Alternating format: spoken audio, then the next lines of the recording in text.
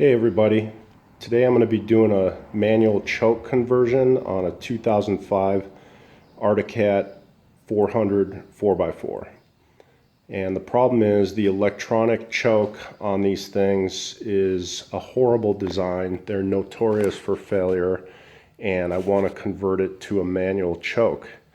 So basically what I've got here, I purchased a choke kit. It's actually from a scooter, and I got it from Scootertronics. It's called a choke conversion CVK SC11-54752. And this kit comes with a cable and all of the pieces that you see right here.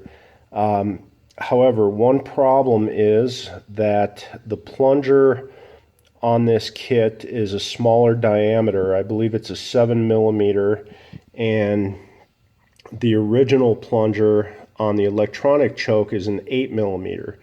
So I thought I had it figured out because I had a plunger from an old Mikuni carb, and the problem with this one is that the pin on the end of the plunger was a little bit bigger in diameter and it's shorter, and I'm not really sure that it's closing off the choke passage all the way.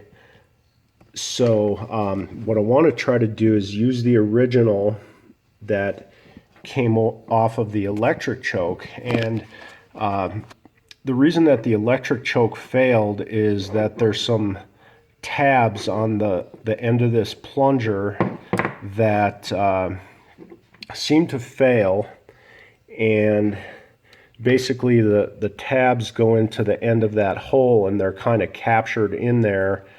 And you know, if this thing gets gummed up or something, the plastic on that thing just breaks, and it's really a poor design.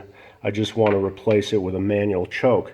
So my challenge is getting this plunger to have the same type of hole that will accept the end of the cable. So what I've done is taken the stock plunger, and there's a little ridge around the top of this thing, and I drilled that out. You can machine off that ridge, and then I used a number 6 by 1mm metric tap to tap this thing out, and it is a bottoming tap. You can see that it's flat on the end. So you know, since I have this stuff sitting around here, it's probably worth it for me to do this. There is another manual choke conversion kit out there for an Articat with the Keihin carburetor.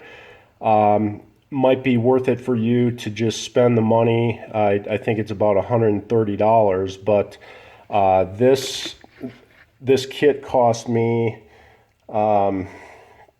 about $38 so far, and I have the other pieces here. I've got the tap, and I've got a Dremel. So what I'm going to try to do is modify this screw so it has that hole and it can accept the little ball on the end of the choke cable.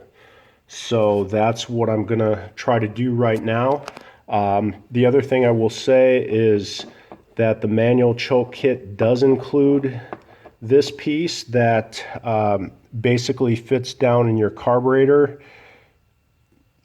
in place of the old electric choke, and it comes with the clamp and the spring and a gasket and a screw and a nut, and it comes with the cable. So pretty much everything you need except for the correct size plunger. Now, I don't know if there's another kit out there, but you know, this is what I got, and I'm gonna make it work. So I'm gonna go ahead and modify this screw, and I will be back. Okay, so here I've cut the end off of my screw, and I've got a 1/16 and a 1/8 drill bit, and these are basically a little bit larger than the diameter of the ball on the end of the cable and the cable itself. And what I'm going to do is drill through the entire screw with the 1/16 drill, and then I'm going to drill about halfway through with the 1/8 drill bit. Okay, I've got the screw machined. I have the 1/8 hole in one side, and it's going about halfway through the length of the screw, and then I drilled through with the 1/16 out the other side. So basically what I want to do now is make a slot in this thing all the way down the length of the screw, and I'm going to use a Dremel with a cutoff wheel, and basically I have to get that slot wide enough so the cable's going to fit through the slot, and then the ball of the cable will get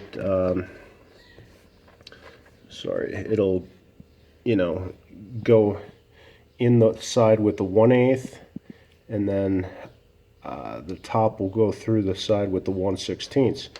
So I'm going to go ahead and cut the slot in that screw, and I'll show it to you when I'm done.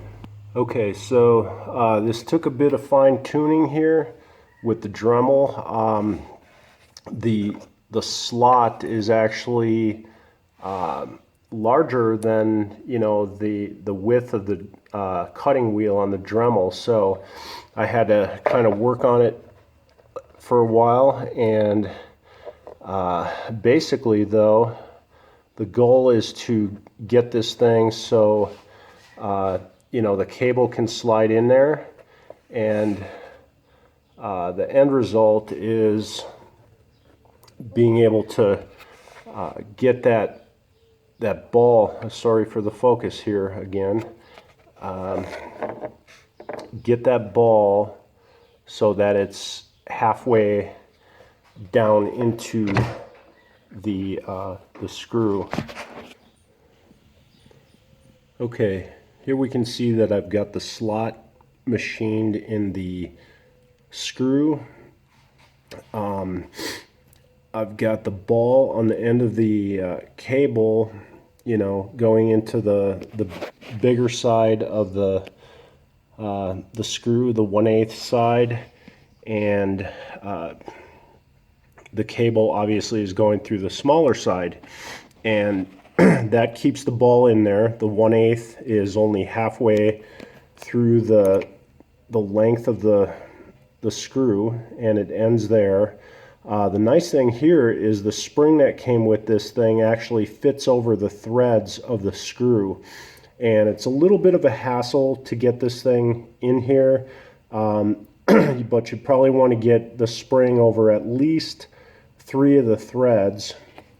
And now basically I can put the plunger on the screw. So I may have to stick something down in here because the pin actually goes in, so I couldn't tap the threads all the way down to the bottom of this thing, so I'm going to have to stick a O-ring or a piece of rubber or something in there. So anyway, I'll show you that when I'm done here.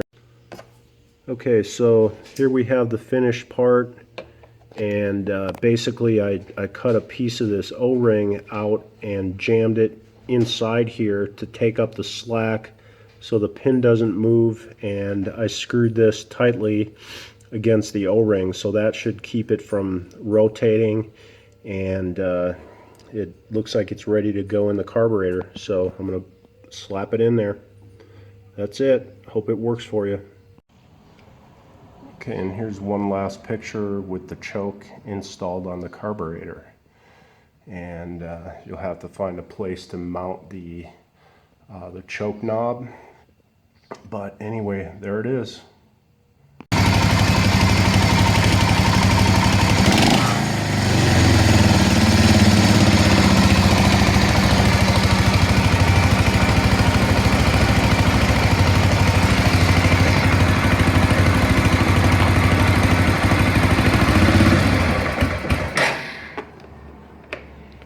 choke is working.